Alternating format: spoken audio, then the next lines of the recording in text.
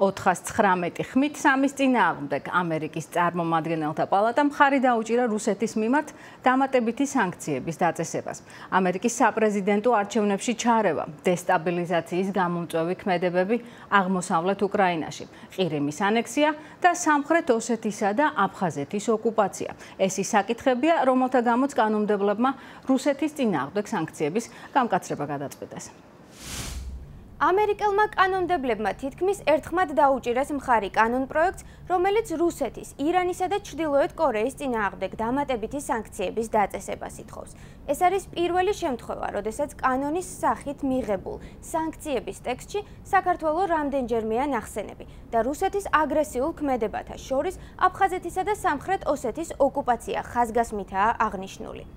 ამერიკის არჩევნებში ჩარევასთან ერთად მეზობელი ქვეყნების მიმართ დესტაბილიზაციის გამომწვევი აგრესიული სამხედრო ქმედებები რუსეთის წინააღმდეგ მიღებულ სანქციათა მთავარ მიზეზად სახელდება. ვფიქრობ, ამერიკამ და ნატომ 2008 წელს შეცდომა დაუშვეს, როდესაც უკრაინასა და საქართველოს სრულუფლებიან წევრობაზე უარი უთხრეს. ეს რომ არა, რუსეთი ვერ გაბედავდა ამ ქვეყნების მიმართ სამხედრო აგრესიის განხორციელებას. შედეგად კი მივიღეთ ის, რომ სამხრეთ ოსეთი და აფხაზეთი ოკუპირებულია რუსეთის მიერ, ისევე როგორც ყირიმი და უკრაინის აღმოსავლეთი ნაწილი. კონგრესმენები ამბობენ, რომ ეს არის გზავნილი იმ რეჟიმებისთვის, რომელთა საფრთხის შემცველ ქმედებებსაც ამერიკა არ შეურიგდება. ეს არის ძალიან მნიშვნელოვანი კანონი. ეს სამი რეჟიმი მსოფლიოს სხვადასხვა ნაწილში საფრთხეს უქმნის ამერიკის სასიცოცხლოდ მნიშვნელოვან ინტერესებს. ისინი ასევე ცდილობენ მეზობელი ქვეყნების დესტაბილიზაციას და უკვე დიდი ხანია ამგვარ ქმედებებს ძალის გამოყენებით არ ვპასუხობთ.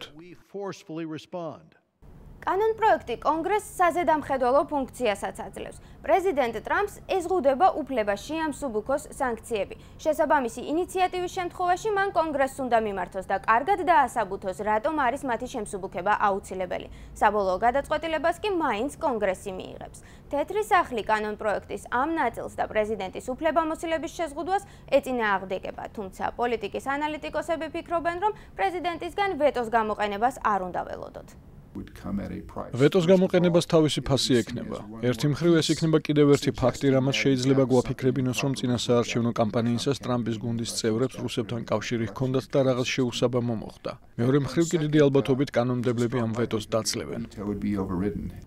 მას შემდეგ, რაც სენატისა და წარმომადგენელთა პალატის მიერ მიღებული ვერსიები შეჯერდება, კანონს ხელი პრეზიდენტმა უნდა მოაწეროს. თუ ასე მოხდა, სანქციები და კანონი ძალაში შევა აგვისტოს ბოლოსთვის კონგრესის საზაფხულო შვებულებამდე.